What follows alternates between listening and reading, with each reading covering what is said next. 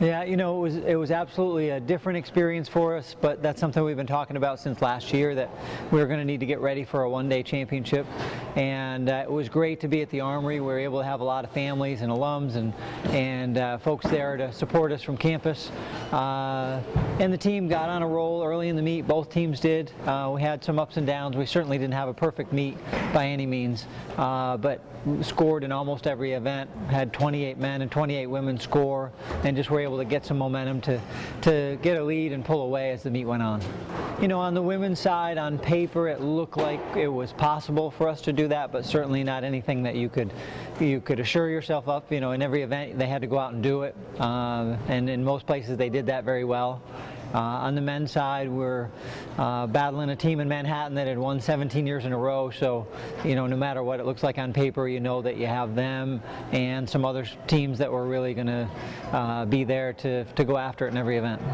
Very different meet today than what you'd see last Friday. You know, we're not going after a team title. We don't have the entire team competing, but we were trying to get ready for next week for ECACs and IC4As, and we were trying to get a few more qualifiers, and we did that. Daniel Jefferson qualified in the high jump, and we had some other people that really showed they're going in the right direction as we get ready for another championship that we care about a lot.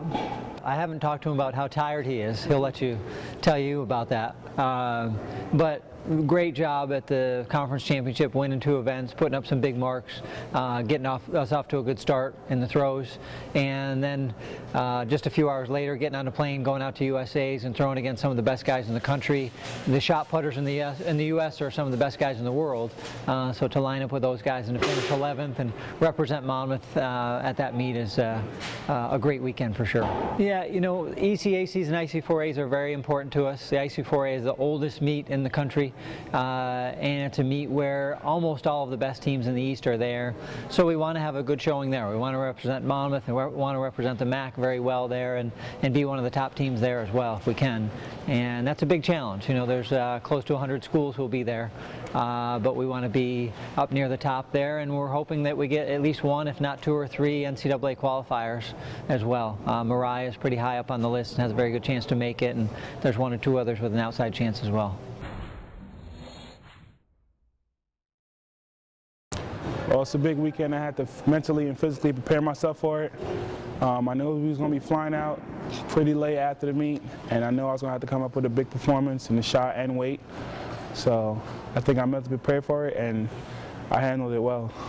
Yeah, well, I wasn't really thinking about U.S.A's at the time. I was trying to think more, stay focused on the MAAC, and because I still needed I still had a big task ahead of me. I wanted to get that done, get that out of the way, and then start thinking about U.S.A's in New Mexico after that.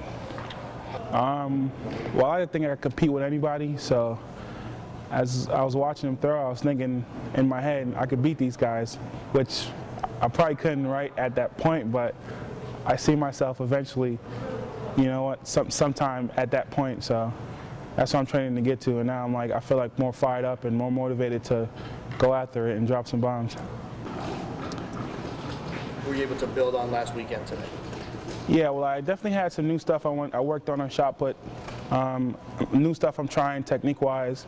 So I wanted a big one today, but I didn't get a big one. But I definitely came away with a lot of positives. Like, I look better in the weight throw. My technique is getting more smooth, and I'm working on new stuff with shot put. So I got upsides on both meets, and I'll expect to hit 2 big marks in shot and weight IC4A weekend. I think I have to give everything to Coach Abe. It's like, I feel like I wouldn't be half as good as I am without Coach Abe. He gives his athletes room to grow and room to improve, and I appreciate that so much. And he's so supportive, and it almost disappoints me when I see him disappointed, because I know he puts a lot on us, and he wants us to do well, and he gets disappointed when we don't. So that's even worse, on me. So I'm just thankful for him, and I give everything. Like, it's all Coach Abe, you know what I mean?